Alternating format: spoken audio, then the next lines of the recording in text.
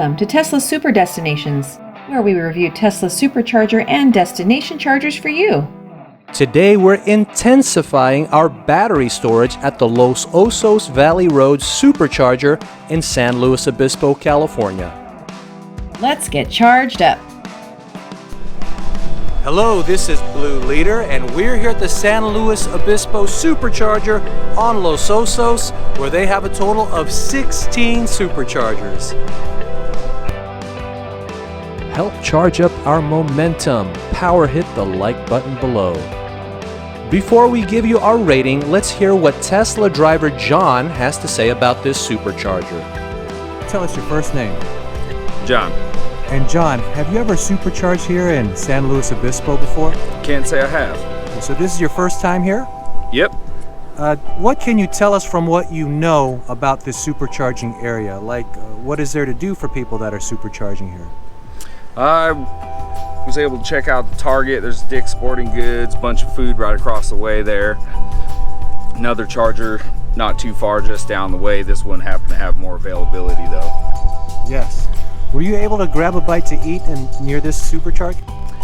Thinking probably something along the lines of McClintock's tonight. My lady suggested it. Her family's been coming down here for a while now. 1 full star for chargers, 16 of them at 250 kV 24/7. Half a star for bathrooms. You've got to walk about 800 plus feet inside Target or a shorter length inside Dick's Sporting Goods. 1 full star for safety, well-lit outdoor parking. 1 full star for food and beverage. There are nearby restaurants and a market inside Target. Half a star for cool factor. It's quiet, off the beaten path, fast supercharger. The Los Osos Supercharger in San Luis Obispo gets a 4.0 TSD rating. If you made it this far, subscribe to our content so we can get a little more push to energize your journey. Non-rated noteworthy mentions: there are several ways to get there depending on your exit from the 101 freeway.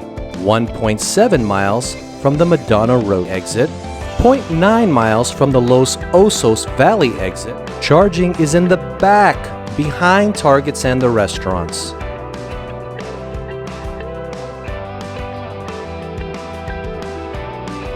Let's give our guest John another listen. Do you like or love your Tesla? I'd say I love it for sure. How come you love your Tesla? I mean, I wake up every morning, it's ready to go for the commute. I don't have to go worry about stopping last minute in the morning or first thing when I get into town, or God forbid, I want to try and get it done without going in the morning, hit the gas station after dinner, and that's just an added chore. Did you name your Tesla something? Absolutely. It took me a few months, but settled on the name Scarlett. Scarlett, well, for obvious reasons? Absolutely. Very nice choice. Very nice choice. Now, some people think Tesla drivers are nerds. What do you think about that statement? I mean, you're gonna get a mixed bag in anywhere you go. You know, it doesn't matter whether it's like Teslas or Harleys. You know, everybody, there's gonna be a mixed bag. They're interesting to anybody and everybody across the world. Very good. Now, some people who are thinking of getting a Tesla but might be on the fence, what advice would you give them? Do your research, plain and simple. You know, I've been following the company since they first started. I just got my first Tesla 3 months ago. It was my 30th birthday present to myself. And yeah, torque, power, all on demand. I mean, it practically drives itself, for Christ's sakes. You can't beat it for the price and the savings with gas, you know, energy, especially if you make sure to charge as much as you can at home. It's unbeatable. Now, you talked about power. Have you ever had to show the power of your Tesla to another driver? Regularly. What kind of drivers are we talking about here? What kind of stories you got there, John? We're talking everything from your young guns and their import tuners to the big dogs and their Maseratis. And who wins those displays of power? Is that even a question? Some people just have to know. Some people just have to know. That's why you got to do your thing on the road. Absolutely. If you had a chance to ask Elon Musk anything, what would you ask him? to bring the price point down just a little further. How much would be good for you? I think particularly for this model, the standard range, if we got it a little closer to 30, you know, that'd start bringing a lot more people into the demographic of the EV world, especially because Tesla has the convenience of their superchargers. You know, you got your third-party chargers and we can all use them, but only Teslas can use Tesla superchargers. You're only fighting other Tesla owners, and Tesla is creating the infrastructure to make sure that they're everywhere so we can travel in these cars. Now, how are you making the world a better place besides having a Tesla? You know, community outreach, charity events, raising awareness for numerous causes. Do you have a cause close to you? The one that I focus the most on would have to be motorcycle safety for sure. Tell us a little bit about that, motorcycle safety. Well, you know, in the motorcycle world, anybody driving a car would be referred to as a cager. You know, you got this whole cage protecting you, especially these Teslas.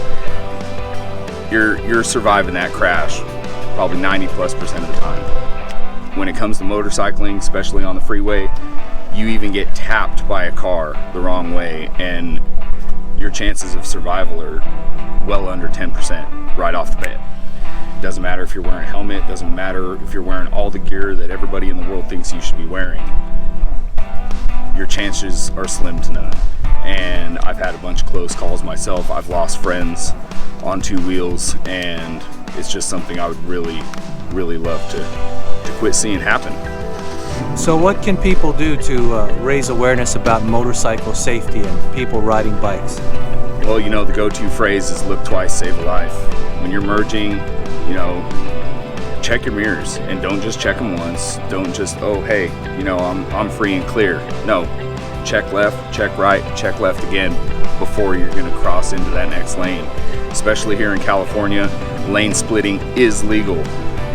Nowhere else in the country is it legal. So most folks from out of state, they think we're all just breaking the law here in California, but quite frankly, we're not. It is well within our right to do so safely, and we need you to help us remain safe.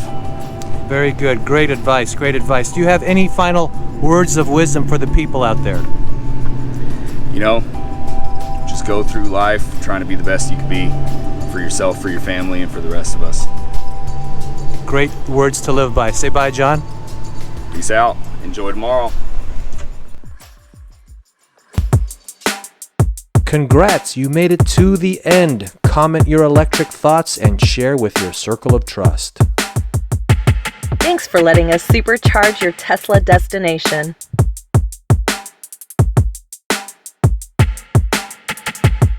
See you at our next super destination.